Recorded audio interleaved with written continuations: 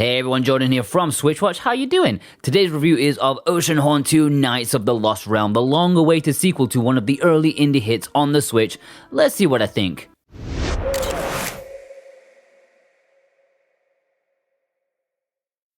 I've got fond memories of the original Oceanhorn. It was one of the games that made me truly appreciate the indie scene on the Switch. I reviewed it on my old channel, and Juan also reviewed it for this channel, and I really enjoyed it. And my fondest memory is completing the game while on a flight from Beijing to UK, heading home for the summer holiday. Playing in tabletop mode, that little Zelda-like experience was almost bliss. Looking back, it's a much quainter experience than what's now available, but I have high hopes for this second game, so let's see what I think. The story is set 1,000 years before the original game, bringing a fresh start to the universe, and little need to know the story of Monster of the Uncharted Sea. The world is in peril, and a great dark army makes its move to conquer the land. You are tasked with uniting the nations of the land to fend off the threat.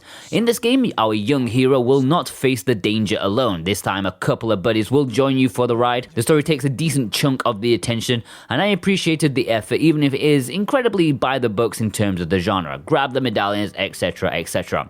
I liked the characters a lot, and some were more layered than I thought they would be. Fairly early on, you meet someone who's supposed to be a good guy, and I ended up not sure of their true intentions. It really made me think about, where the story was going. I'm not saying it's subtle, but I just liked it.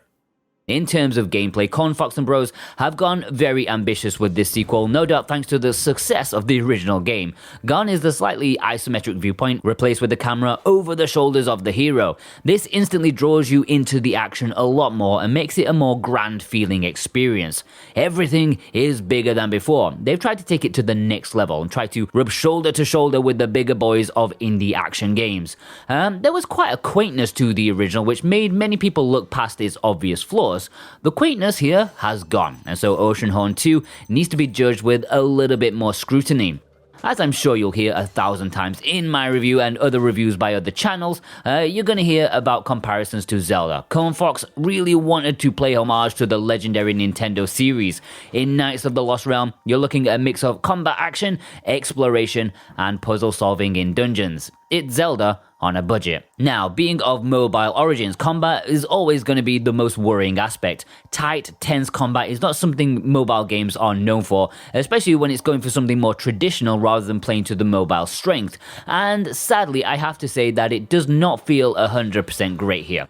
The combat is a little clumsy. You can sword attack, shield, dodge roll, but none of them particularly flow well like an integrated system. They feel like separate mechanics that you need to use independently of each other. It's not bad, okay? It's just not going to be remembered for this aspect of the game.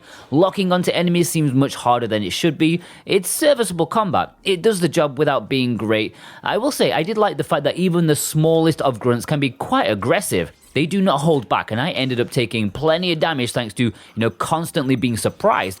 I'm used to easy action adventures where the enemies hold back waiting to take a sword swipe. One of the things that I really did like about this game is the implementation of a magic gun.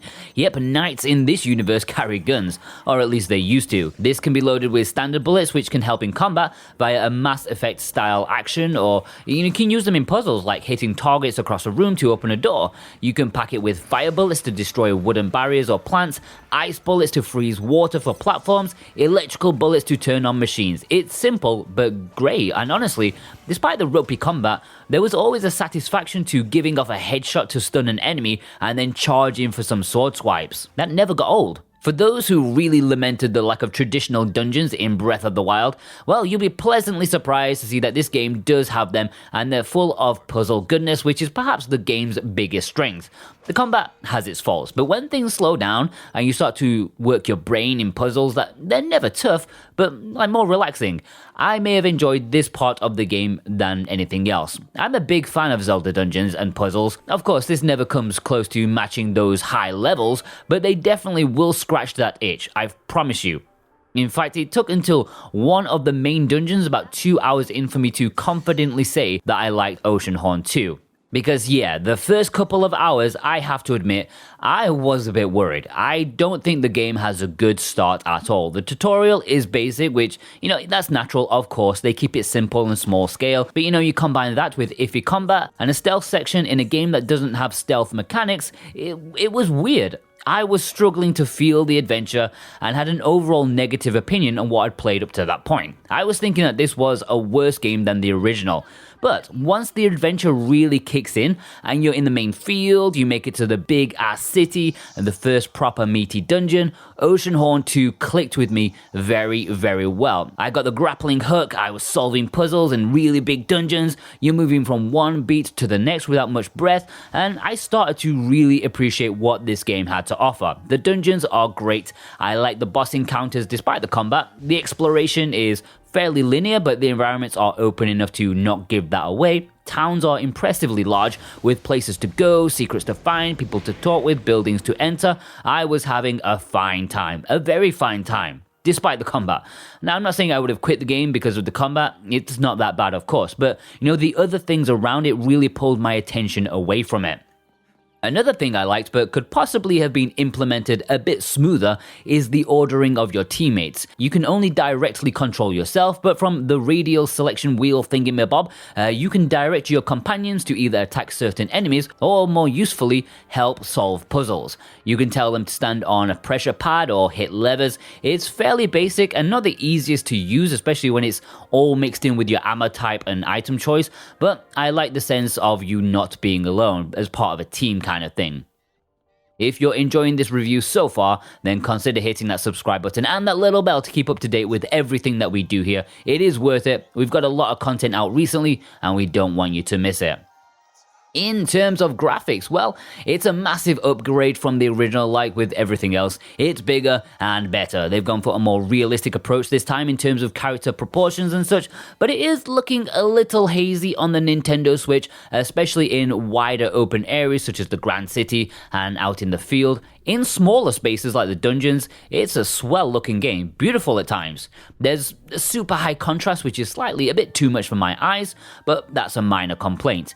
There's a really nice art design, a surprising amount of environmental styles which must have taken a lot of effort to create all the assets for. It's pretty accomplished.